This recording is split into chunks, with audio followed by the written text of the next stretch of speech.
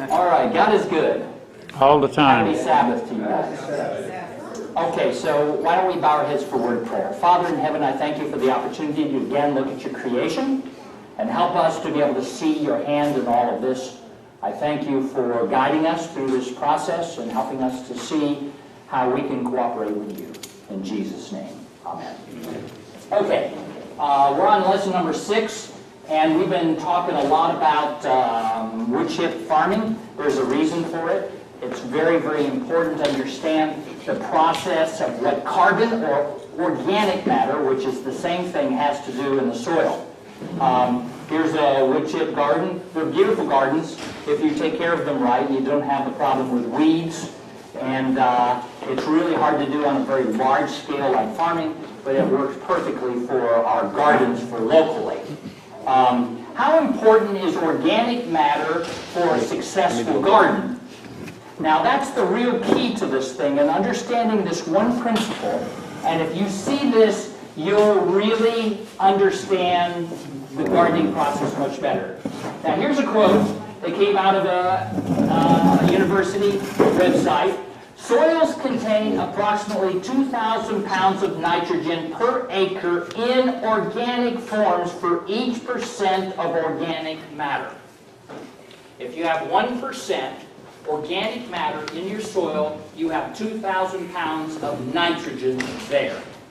Now, it isn't available to the plants until the microbes break it down and make it plant soluble, but it's there. It's sitting there, going to be used, and if you don't spray it with a fertilizer of pesticides and herbicides or fungicides, the microbes will eat that organic matter and turn it into nitrogen for your plants. So you never have to fertilize as long as you understand the principle of adding organic matter to your soil. Now, organic matter is equal to carbon, and I keep saying that over and over again through this series, and I'm going to show you why. Some scientists say carbon in the soil, the percentage of carbon in the soil. For the layman, they always break it down and say the % of organic matter in the soil. George. Now, hey George, come on up here. Come over here. You won't have to, okay, that's fine. So, yep, good to see you, George. So, if you have 1%, if you have 2%, how much nitrogen do you have in your soil per acre? 4,000 pounds, so you're a good adder. If you have 3% organic matter, what do you have? Okay, so you got it. You got it. Okay. Now this is very important to understand. Now the microbes take it and break it down and feed your plants slowly over time. Not this huge amount where you throw out a bunch of fertilizer on your plants and then all of a sudden they pop like crazy and you don't know why the bugs attack it. And the bugs attack it because it has an imbalance of nitrogen in the leaves.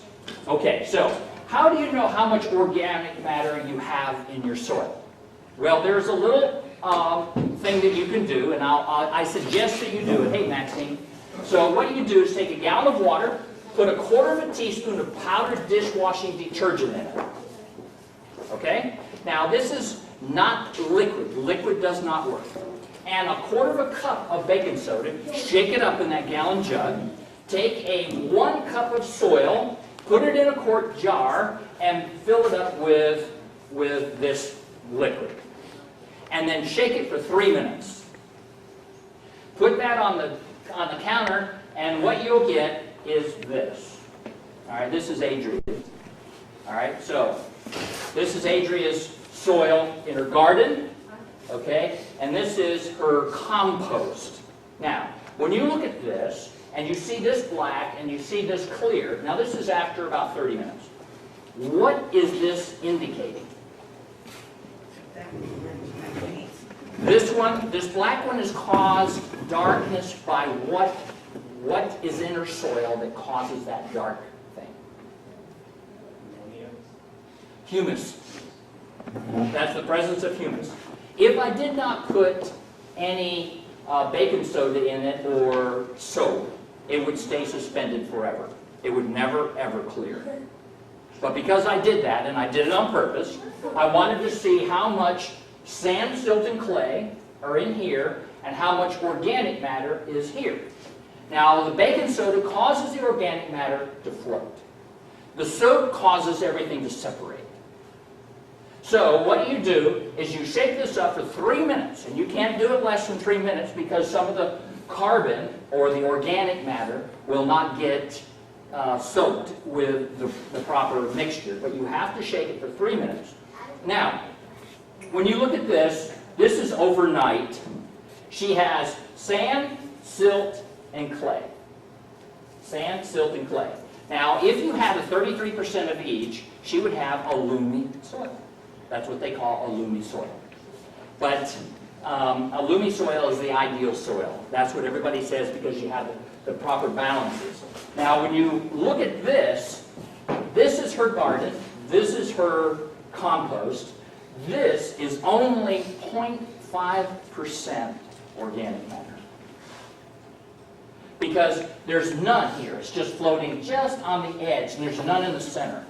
Okay? So she is running about 0.5% of organic matter. What is ideal? 5%.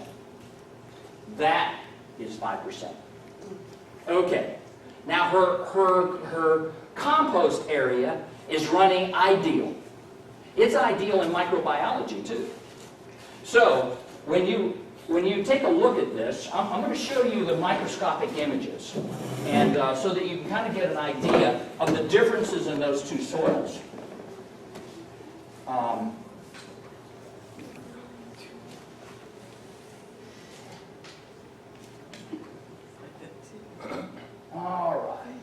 right. Okay, here is Adria's garden.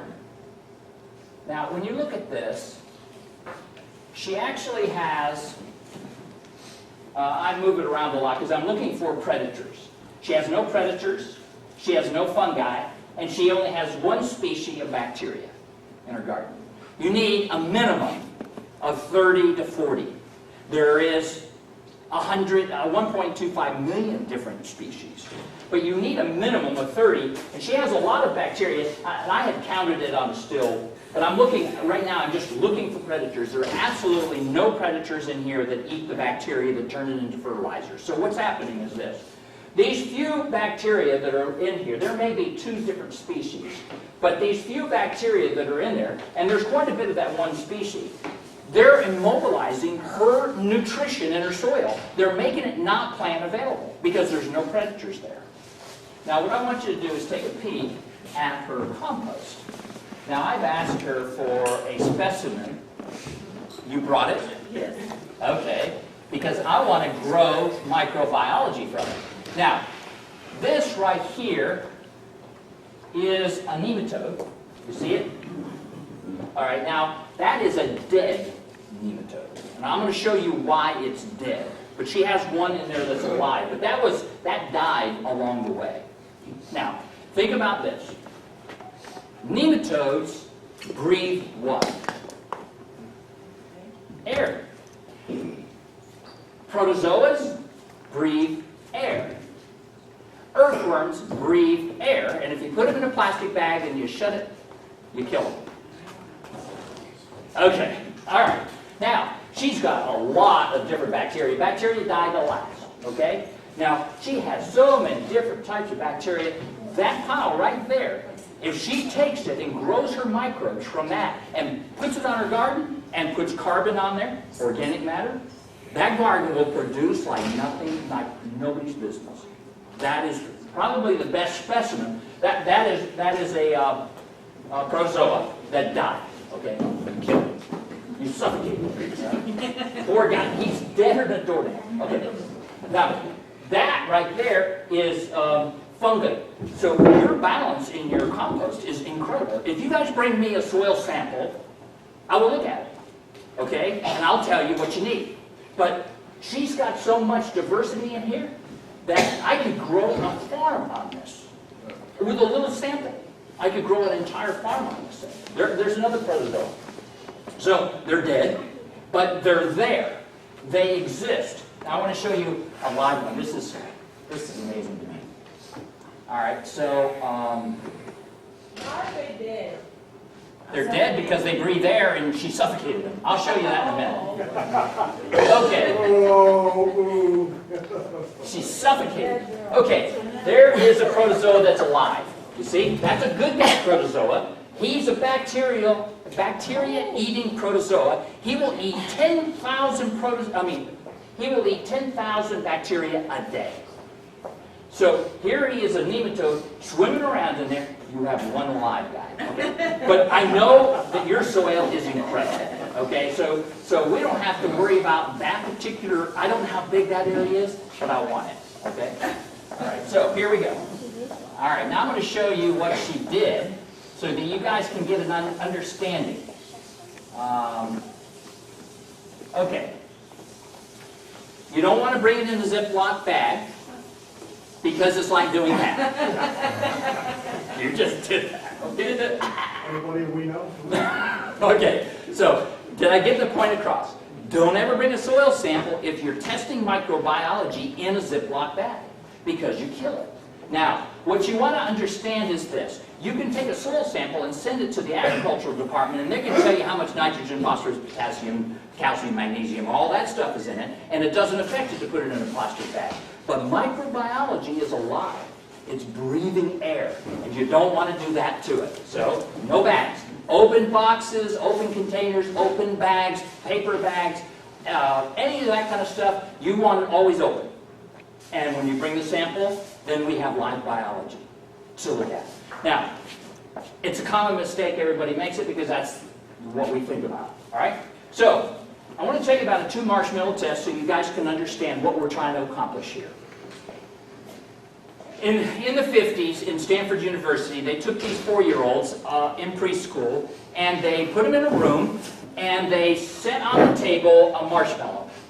And they said to these 4-year-olds, if you do not eat that marshmallow in 15 minutes, I will come back and give you a second one. You can have 2. But if you eat the marshmallow, you only get 1. Okay? So they went through the study, and they found that 1 out of 3 would not eat the marshmallow. They followed the 1 out of 3 and the 2 out of 3 through their lives, and when they got down to the end of their lives, they're my age, incidentally, today, they found that the 1 marshmallow kids made almost 2.5 times more money than the 2 marshmallow kids made 2.5 times more money. They had almost 0 divorces, where the other one had higher divorce rate. They did not have substance abuse problems.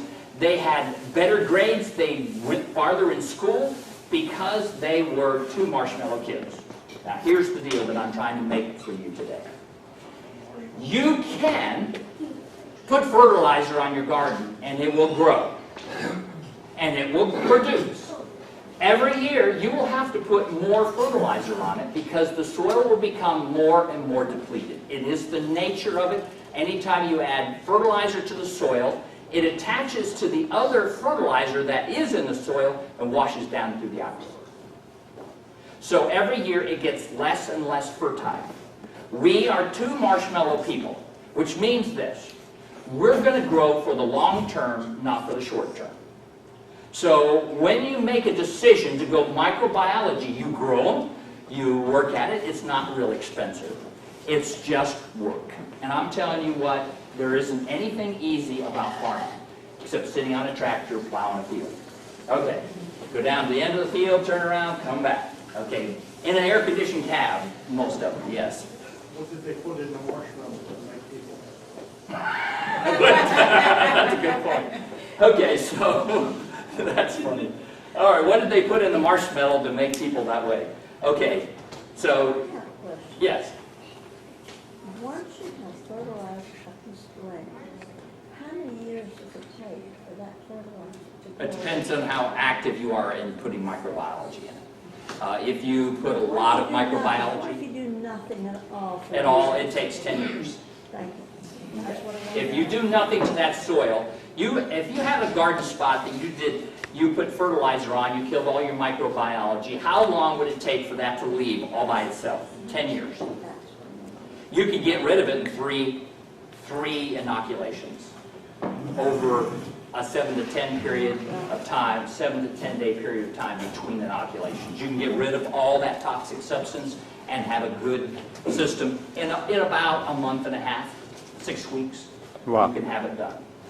All right, so Compost tea and compost extract, we're going to cover that today. And it's an important subject to understand the difference. Compost tea, compost extract is sprayed on the soil. And we did cover that one time already where I took that big barrel and we took the compost and put it in there. And then we massaged it and it turned black, remember?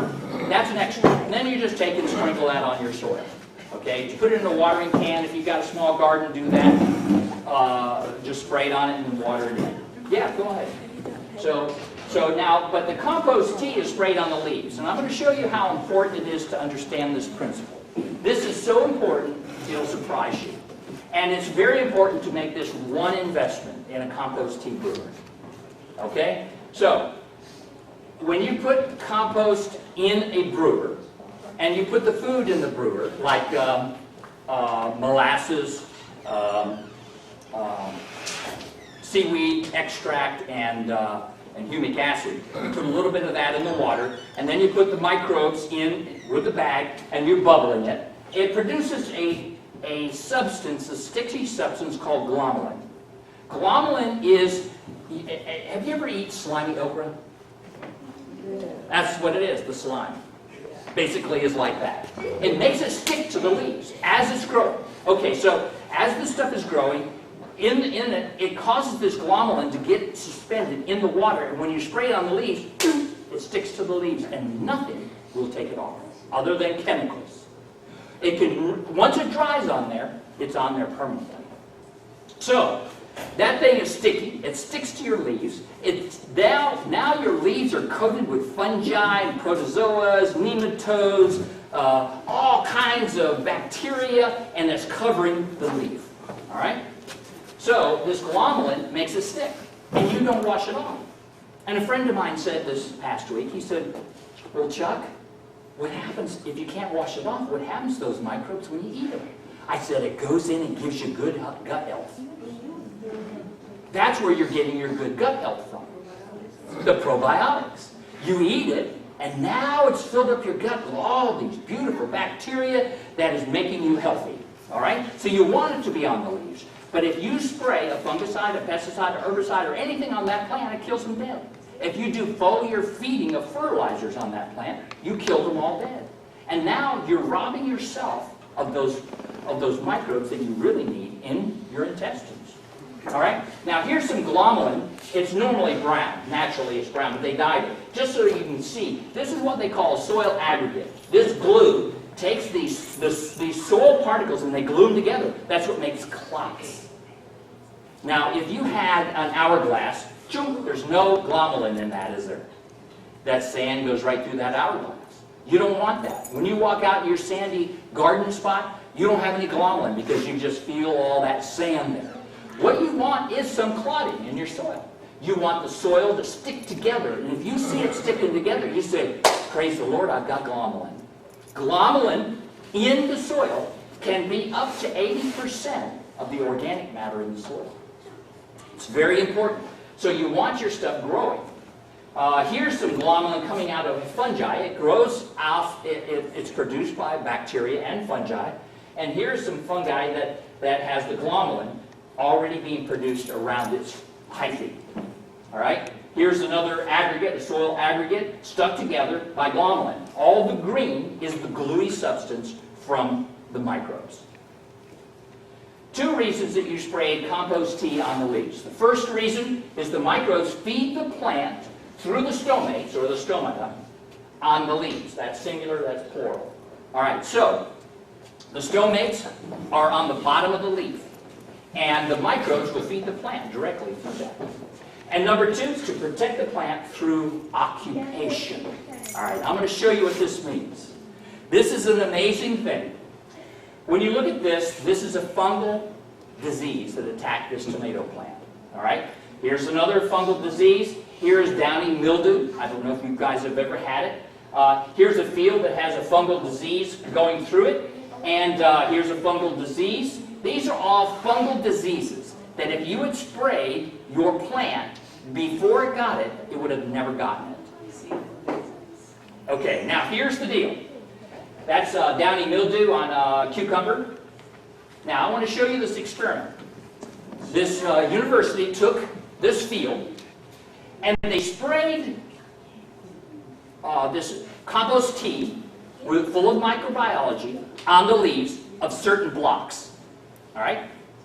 And then they sprayed the entire field with an airplane. They sprayed the entire field with an airplane with a fungal disease. What happened to that field? Now, part of it was protected by the compost tea, and the other part did not have the compost tea. All right, here's the deal. Can you tell where it was protected? All right. Now, here's the occupation. If the good guys are there, they will not let the bad guys on that leaf. They will protect that leaf and keep any bad guys off and destroy it when they land on it, if they're there to begin with. So what you want to do is brew these microbes, spray them, and then when the fungus is passing over the air from one field to the next because you're in a farming community and it lands on your plants, it has no chance to attack it because you already are occupied. It's occupied by the good guys, and they're saying, boom, as they come. Bam, boom, boom, knock them out, and they're done. Okay? All right. On that picture there that I see in the back, on the right side, there's a good field in the front. Yeah. They actually had this sprayed, and all of this sprayed with the good guys. And then this, they left unprotected. To me, these studies really, all you have to do is see the picture. Maxine? Yes. What's the difference between compost and humus? Okay. Compost is humus. Okay, compost. Okay, that's a very good question. Humus, when you cook compost down and you do a thermal compost pile, which we covered last week, at the end, it's humus. That's all it is, humus. And humus is loaded with phytonutrients for your plants. Okay, here we go. Now, this is a leaf that has been sprayed with gold, and then they did a microbiology, electron microscopic picture on it. And it's full of fungus, good guy fungus. When you touch a leaf, never touch a leaf. If it's a healthy leaf, you only touch the microbes on the leaf. And when you put that under water and you wash it to get it ready to eat, that stuff stays right on there and goes into your system, and it is the good guys. It's the good guys. Okay? Now, here is the bottom part of a leaf, and we're taking pictures in these areas. Can you see that? All right. Now, on the bottom part of the leaf are the what? Stomach. The stomates, okay? A stomata, okay? That's a stomata on the bottom of a leaf. That's a stomata. There are little mouths on the bottom of the leaf, all right? Now, these mouths have multiple purposes. These are stomatas on the bottoms of the leaf. And these stomatas do a lot of things. And it's very important when you spray your plants to spray the bottom of the leaf more important than the top. The top is very important, but the bottom is I have a backpack sprayer. It's called a Solo 451. It has a gas engine on it, and it's like a leaf blower, except that it has a 4-gallon tank sitting on the back, and I filled up with this compost tea. And it sends a stream out the air blower, and I can just fog all my plants. So what happens is it lifts my plants up and hits them underneath. Lifts the leaves up, boom, sprays them underneath. Now you could do this with a pump sprayer too, but you just have to make sure you get underneath the bottom of the leaves. If you spray that leaf about 30%, those bacteria and fungi and protozoas, nematodes will crawl all over the leaf and cover it. But you need to get about 30% coverage the first time. So, come on. Yeah, I see. Oh, I want that. Let's get that out. Oh, I take mine. All right, here's another stomata. Aren't those beautiful? That happens to be on a potato leaf, bottom of a potato leaf. Now, Jean-Baptiste van Helmont, he's an interesting character. He was born in the 1500s, but in the 1600s, he got in trouble with the Catholic Church. because he was teaching science, and they were against science. Okay? So he was a scientist, he was a chemist, a physician, he had all kinds of degrees, and they put him in prison. While he was in prison from 1621 to 1626, he did an experiment. He had a huge pot, and he took a plant that was a 5-pound willow shoot. He put it in a pot, he left it to grow, and only watered it, didn't fertilize it.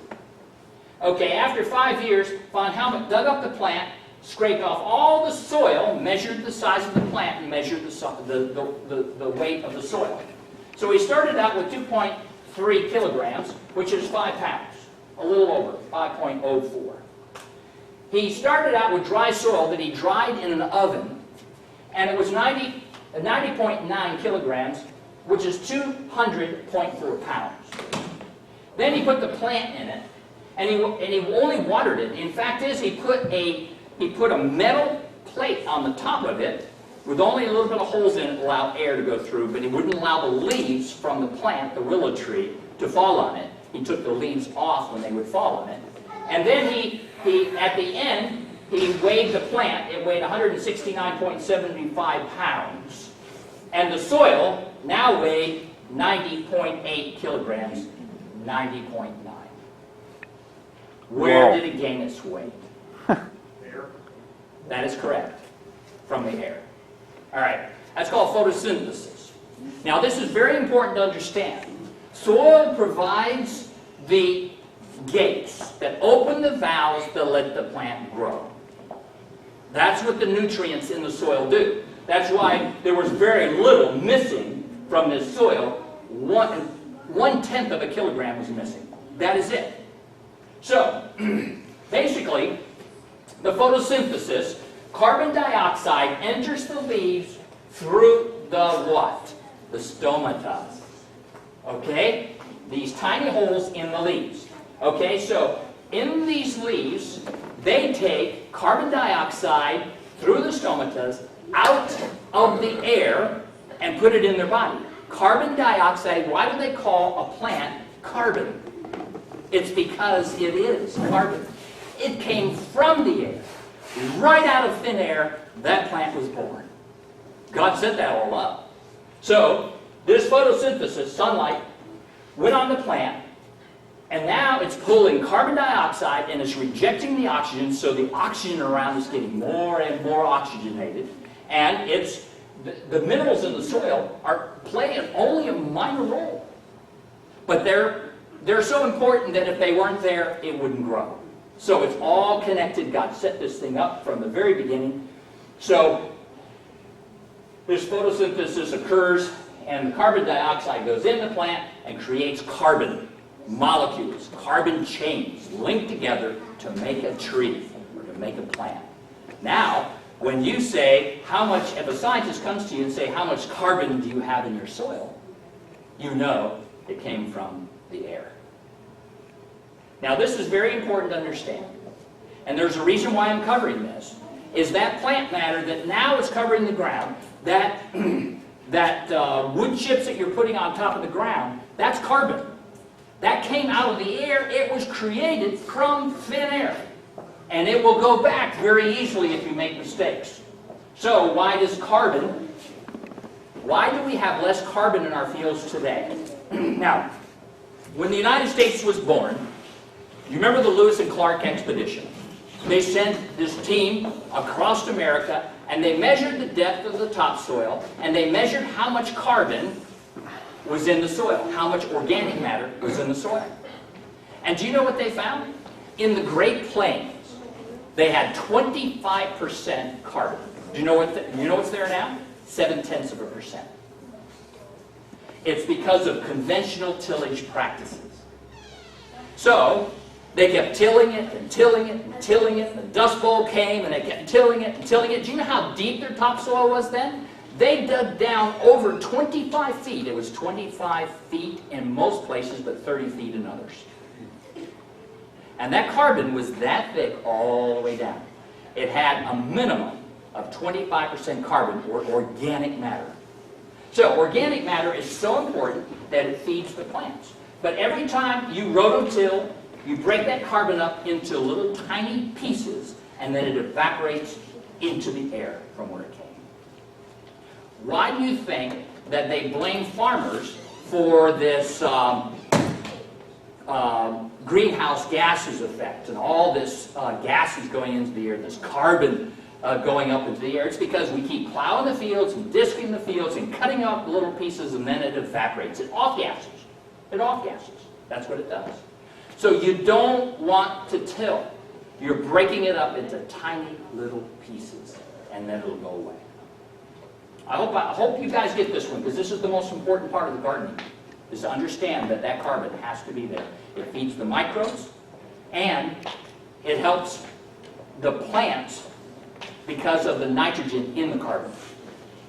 Now, here's the scientist's report. When soil is turned, the organic matter is exposed to the atmosphere and can quickly oxidize into carbon dioxide. This is bad for the soil and is thought to be an important emission source for driving global warming. How do we make compost tea? All right, this is how we do it. We get a bubbler, a pump, and we have a little aerators in here. Some people use stones. I wouldn't recommend stones. I just take a little PVC pipe and drill a bunch of little tiny holes in it, hook it up, and pump water, pump air. You have your compost tea bag, fill it up with compost, and you bubble it. After 8 hours, you take the compost tea bag and you brew this for 24 hours. Okay, after 8 to 12 hours, you take the compost tea bag, you keep it bubbling, they grow and grow and grow. But you put the food in there, and I'll show you that in just a moment. Here's another rendition. We've got stones on the bottom. I would not use stones. Stones have a tendency to hide little particles of pathogens in them. Don't use that. It doesn't work for this. So you can even use a nylon stocking, but really the best thing to do is get a compost tea bag that is 400 microns, minimum. Here's one for a 30-gallon trash bag. You just pump the air in through here, it goes down this, and has a bunch of little holes on the bottom. This pipe has a bunch of little holes on it too, and you put the bag over this, and that's it. There's a pump. Here's another thing, and here they have a different type of stone in here. Here is one that goes in the bottom of a 5-gallon bucket. It has on the bottom of it a spiral thing for air. Here's the whole setup. I think that's $109. Okay, you get all of it. Earthworm castings. If you get earthworm castings in a bag that's sealed and has no holes in it, you just choked it to death. Okay, so this is a brew being made out of a 5-gallon bucket. I'm going to show you. This is a compost tea brewer. You'll notice that it has a drain down here, and it has a drain on the side. And I put that drain on the side so I could fill up my sprayer. And then it holds about 60 gallons total, but I fill up to the 45-gallon mark, and this tube right up here pumps air right down into the bottom of this unit, right there, and pumps that air in and bubbles this whole mixture.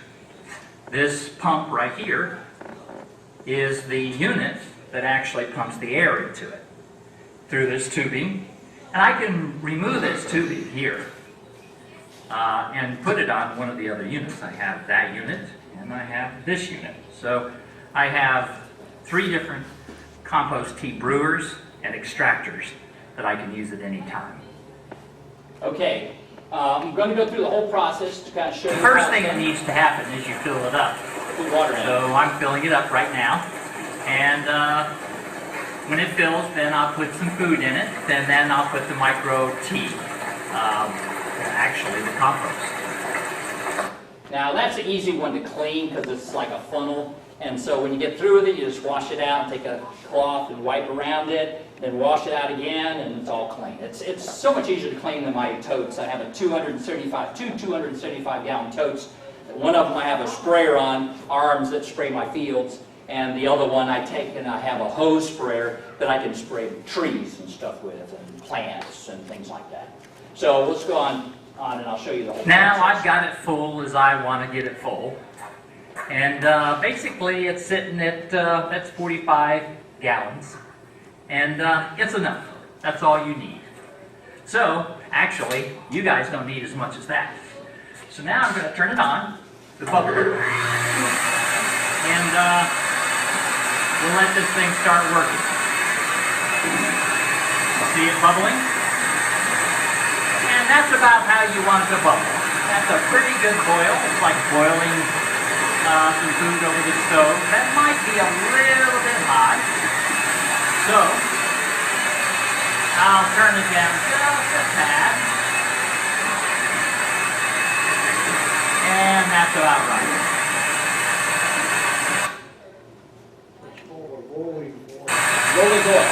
Next, we want to add some humic acid. And I've got some humic acid in a powder form. You can get it in liquid form and just add it to the water. And if you have chlorine water, you want to do this and let it bubble for about 45 minutes before you start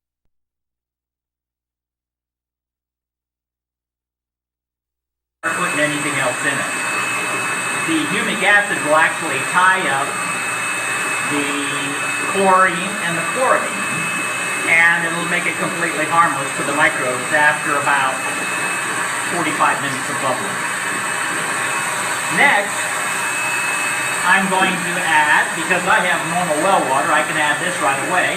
This is my seaweed extract. So, I'm going to add a little bit of seaweed extract. And what you want to know, how much to add? Well, you want to turn the water brown with the humic acid. And then the seaweed, you're going to see it start to foam. You see it foaming? When it foams up pretty good, you have enough. And that looks like it's foaming pretty good. You see the soap suds on the top? And it looks like it's just about right. Next, we want to add molasses. See this molasses? And Molasses. this molasses will feed the bacteria. And you don't really need a lot of bacteria, but you'll need some growth in the bacteria. And that's about right. Just in a tank this size, you get used to brewing it. And basically, the seaweed and the humic acid grow the fungi, and the molasses, it grows bacteria. Now the bacteria causes a glue called glomalin to make it stick to the leaves when you spray it. So that's basically what we're trying to do. I don't like to waste any of it. It's important not to waste. Okay, Nan mentioned this, and I'm glad she did. We use unsulfured molasses. Sulfur kills bacteria. Use what again? Unsulfured molasses. Unsulfured. Unsulfured. Didn't know there was such a thing. Yes, unsulfured molasses. And fact is, if you buy a large quantity, you can go to the farmer's co-op in Live Oak and get a 5-gallon bucket of it. So they use it to feed their animals. They'll put it on their oats and corn and whatever else. Is there any benefit to using rainwater as opposed to just? Rainwater is good as long as the bad guys aren't growing in it, as long as it's clean. Yeah, and you put it in a good container. Yeah, rainwater works good. If you're on city water, you got a problem. City water now, because of the pathogens and stuff in water, they're now putting chloramine in it. They're putting chlorine and chloramine. Chloramine is very difficult to get rid of. But if you take humic acid and put it in there and let it bubble for about 45 minutes to an hour, it will tie up all that chloramine. And it'll make it benign. It won't hurt your microbes. But it's very important to understand that if you have city water, you would be benefited by doing what Maxine suggested, and that's get rainwater. It would really improve your brew. All right, let's go to the next step. Now you want to put some compost in the bag. I have several different compost piles out of here on my property. See the one way out there, that's being composted. And this has already been composted. It's approximately a year old. And this is 30-year-old pine bark, 30 years old. And that's 7-year-old branches and leaves composted already. So what you want to do is just reach in and get a handful of this rich stuff and then put it in your bag because you want to extract the microbes off of it. So now we'll go to this one over here. What you want to do is get a diversity in it. So just dig in here, get some of the stuff that's moist, and then put it in your bag. A couple handfuls from that one. And then come to this one that's over a year old. Dig in here, get some of this rich black compost. It's full of microbiology, and then put it in your bag. So now we've got a bag full. Now, I had already put in the earth, the old growth forest stuff in there, 2 or 3 handfuls. What you want to do is get as much diversity in this mixture as possible, so you get all kinds of different bacteria, not just one in the field. You want to get 30 or 40 or 50 different types of bacteria, 30 or 40 or 50 different types of fungi, 30 or 40 different types of protozoas, nematodes, anything you can get in there, you want in there, and you want to knock it off into the water, and that's what we're going to do next. Next, what we're going to do, we've got to check it out. Make sure it has plenty of bubbles. You see the bubbles, that's from the seaweed. That means you have enough. If you got bubbles, if you don't have bubbles, you need to put more seaweed in. So now, we're going to add the compost bag. See? So we'll just dip it down in there. And I have this little bar that goes across the top, this little clip, and it's going to bubble the microbes out of that bag into the water. You leave that bag in there approximately 8 to 10, maybe 12 hours. You can take the bag out after that and then brew another 12 hours. Okay, now this compost tea brewer that I built, you can get them in 5 gallons where they're just shaped just like that, and it's perfect. It's absolutely perfect. I wish I would have built everything out of those kind of containers. I needed one 275-gallon tote that I could spray my fields with. I built it so I could put it on a 3-point hitch and put it on the back of my tractor and spray my fields. But that type of system works so well because the air comes up and just follows that funnel up and bubbles it. It works fabulous. So you can get them all the way from 5 gallons all the way up to 450-gallon big old vats like that. Let's go to the next one. Oh no, we're done. So here we are. This is what I would suggest you guys getting, or the Solo 451 backpack sprayer. You've got to be pretty hefty to pick that up. So this is much easier. Put a couple of gallons in here, pump it up, and just start spraying. You want to wet everything down really wet. Does it matter which time of the day to do it? No, absolutely not. For years they would say, don't do it after 10 or don't do it until after 4 o'clock in the evening. It doesn't matter. As long as you put it on thick and wet enough, the sunlight won't hurt it at all. During our classes, Dr. Elaine Ingham showed us studies on this, and the microbiology lives, no matter how hot it is, it lives right on the leaf and does not die. So don't worry about it. How often do you spray? Now here's the key. If you're spraying trees, you're going to need something bigger than a hand pump sprayer unless your trees are dwarfs. So my blower sprayer, it would blow the top of the roof. I mean the ceiling in this thing. It would blow all the way up there, and that's enough for me. Now here's the deal. On row crops, you want to spray weekly. On trees, monthly, during the growing season. Now why would you do that?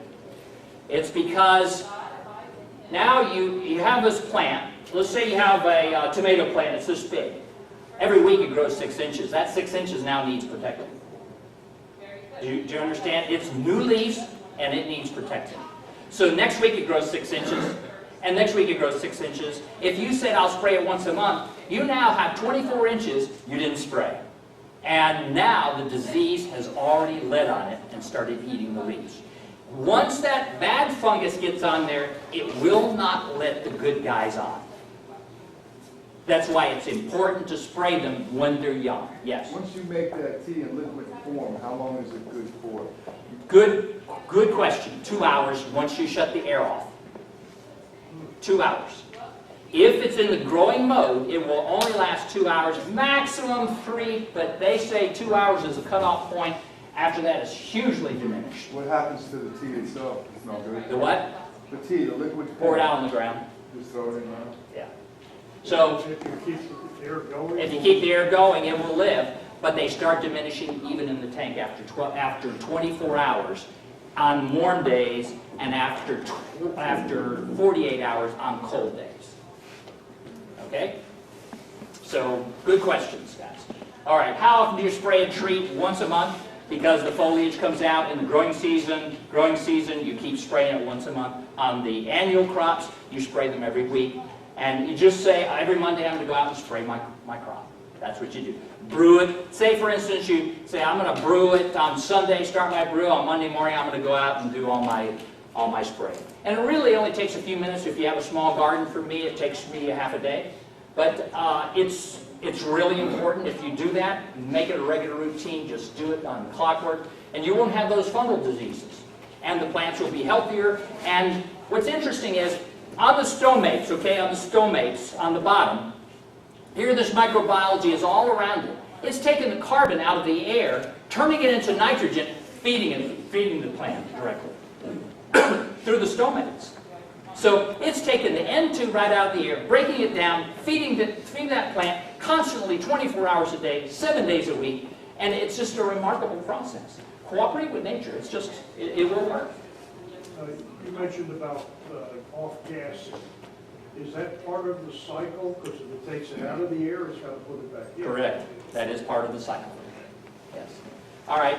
Vermicomposting. Now, vermicomposting, I told you I was going to cover that. That is worm composting. There is an important factor. I do not have a worm composting bin, but I have worms in my greenhouses, in my beds that I've inoculated. But I'm going to build a bin, or have a bin, where I have worms and I compost my kitchen scraps. And there's a reason for that. Worm compost is really rich about protecting leaves. It's the most powerful compost that you can put on a leaf to protect it from diseases. So if you then took some of this, along with your other compost or your deep woods soils, and you take and put it all together and put it in this compost bag, and then brew up a brew, nothing's going to affect those plants negatively. You'd have to burn it with a torch, because that compost tea from vermicomposting is really, really powerful. It's more powerful than putting it on the ground. All right, so I'm going to, maybe I'm not. Okay, so what do you feed earthworms? Actually, I had a video here. There it is. I don't know why it didn't come up.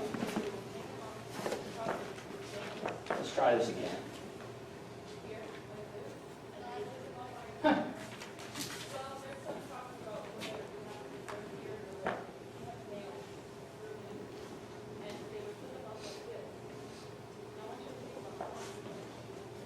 Well, let me just show you this.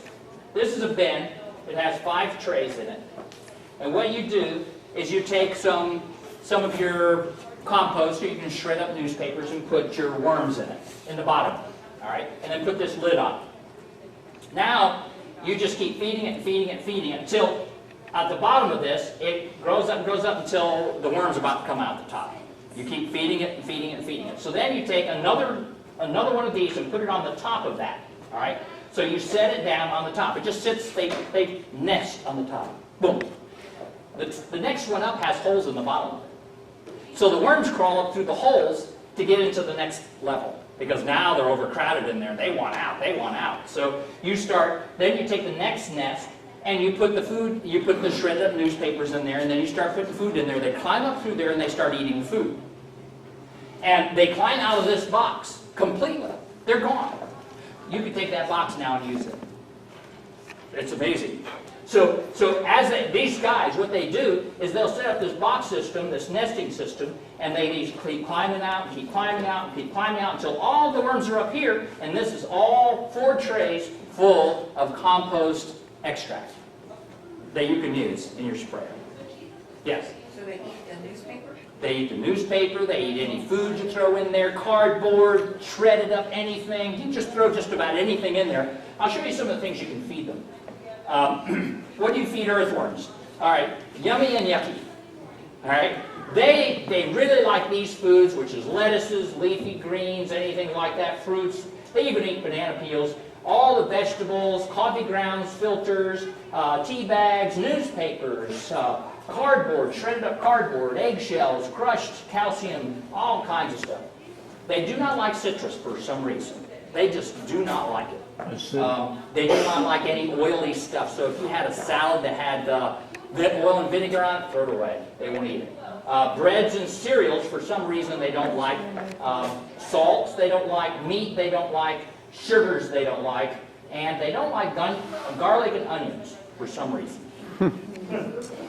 So, Like a kid. okay, now, this is really something to understand. If you're going to use this compost on a tree, this vermicompost, put a bunch of wood, shredded branches in there. Put a bunch in there. It creates a fungal biomass inside that. And it creates a huge, it gives you what you need to spray on trees and to put around trees. So, yes. So when you have your worm things there with the newspaper, you put wood chips in there? You can put wood chips in there, ground up compost, ground up leaves. You can throw leaves in there. You can throw all kinds of stuff in there. You can just put the whole leaf in there if you want to. It'll eat it all. Brown leaves, it doesn't matter. They'll eat it all, consume it all, poop it all out. You got some rich stuff at the end. All right, so here's two of them mating. Here's some trails going down through the soil so you can see how they aerate the soil and keep air at the roots. Here's a worm going through the roots. They'll get all around your vegetables, but they won't bother your vegetables because I pulled my vegetables up. I'll have a carrot and I'll have a dangling worm on the end of it. I pull it off and throw it down. They will not hurt your vegetables. They actually make it so much better. Why do some soils have earthworms and some do not? Have you noticed that? Well, if you use fertilizers, you kill them all. Pesticides, herbicides, fungicides, you kill them all. And if you don't have enough carbon in the soil, which is organic matter, they won't stay there. So if it's just nothing but sand, they just don't want it. You've got to have carbon, organic matter. Okay? So that's a soil aggregate. Can you see that? It's glued together by the grooves of the microbiology and has a worm sticking out of it. Here they are. This is casting. This is what the castings look like. That's their poop. They're so good they push it right out the top. When I was a kid, you know what? They don't poop and live in the same place. So when I was a kid, I used to see these things all on top of the ground in my father's yard, and I was thinking, what in the world are those things? We'd flip them back at each other, bang, back and forth, you know. But that's what it is. It's worm poop. Castings. They call it castings to be proper. So here is this is two different worms. This is the red wriggler, and this is what they call Alabama jumper. Alabama jumper really likes natural soil. It is the elevator. This is the horizontal guy. All right. This guy works the top 6 inches of your soil or your beds. This guy, he goes up 24 inches, down 24 inches, up 24 inches, down 24 inches. He's the really good guy. Alabama jumpers, when you put them in your hand, they'll jump right out. That's why they call them Alabama jumpers. And that's an Alabama jumper. I have one row of my greenhouse in Alabama jumpers, and this is my most fertile row. The others have red wigglers in them. And I'm going to start buying more of these. Now, to kind of give you an idea, these guys are expensive.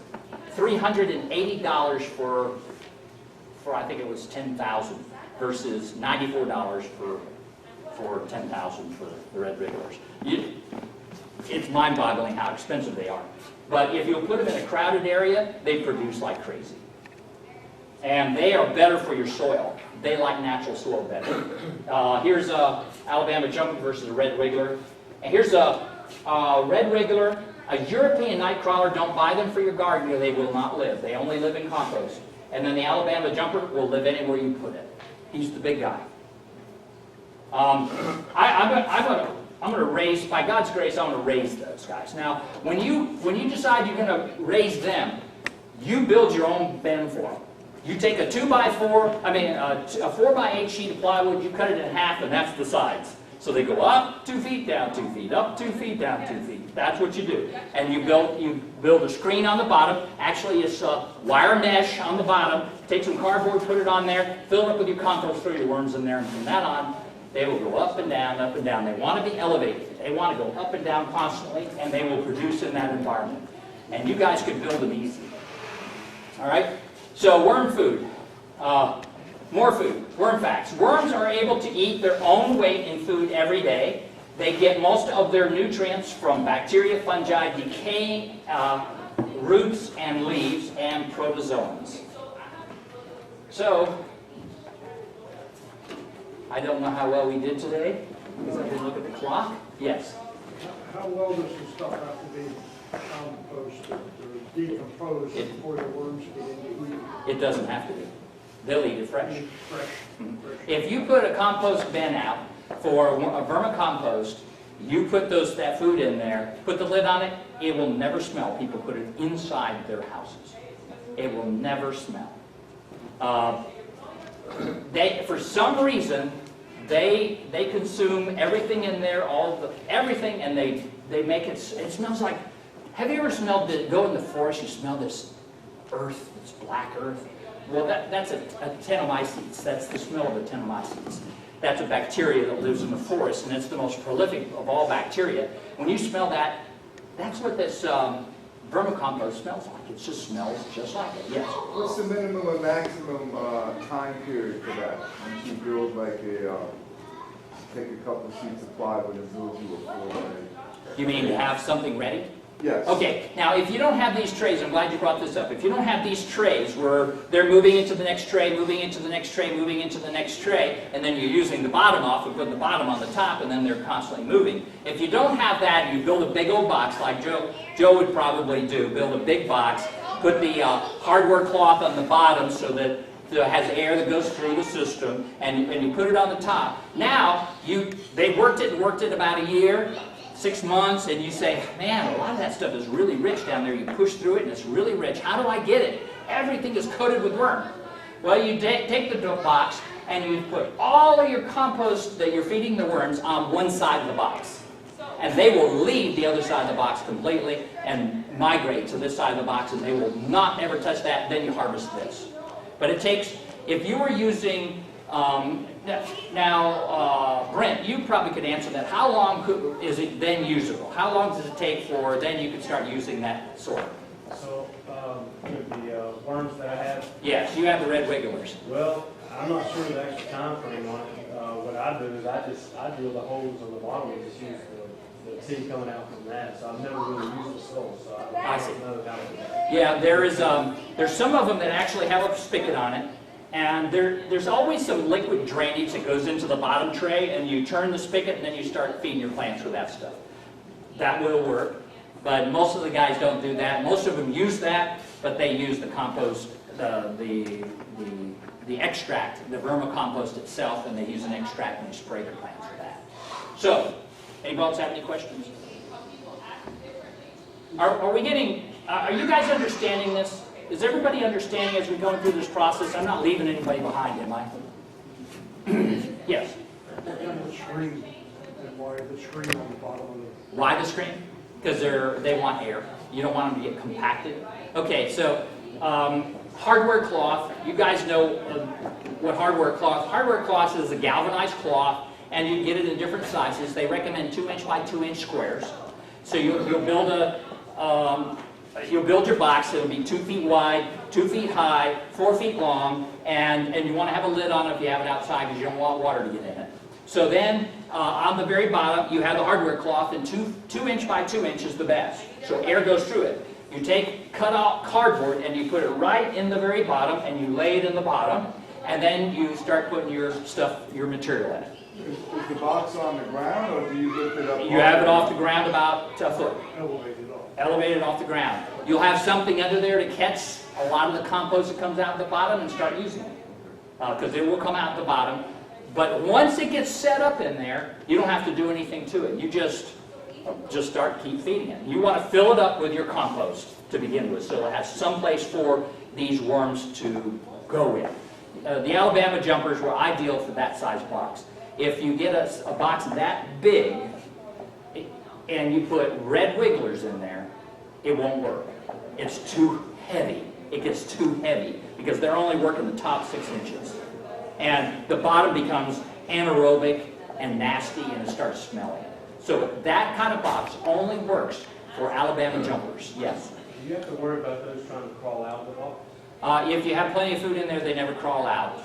When we went through this class, she says, if your environment's correct, they will not crawl out. You don't have to put lights in. A lot of people have lights above their boxes because worms hate light, and they'll go as far away from it as possible. But as long as you have an aerobic environment where you have air that comes through the bottom, through the holes in the bottom, and it's aerated, and you've got plenty of food, they will not crawl out.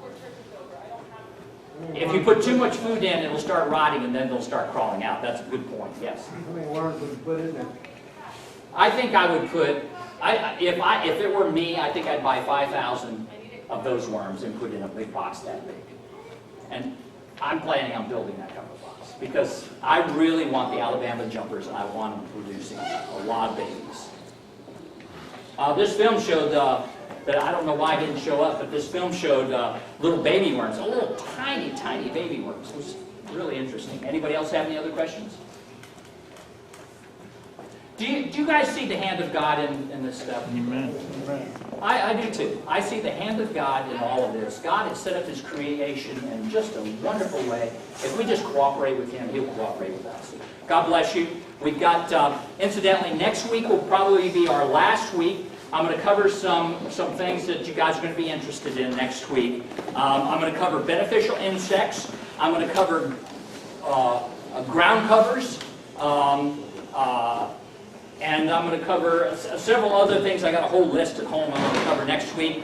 The following week, we're going to tie it all together. We're going to have a nurse here. She's head nurse at the VA hospital, Sharon. She's going to cover how the food and these microbes get into your body and how it affects your health in a positive way. And how the bad microbes affect you in a negative way, and how this all ties together. Why? You know, here we are, we're coming upon the end of time where we're getting close to the time of trouble. And we know we got to grow our food, and we've got to get our dependency off of fertilizers, pesticides, herbicides, and fungicides. So we're going to go through a time of trouble. So we know that that's a good reason. But there's also another very good reason.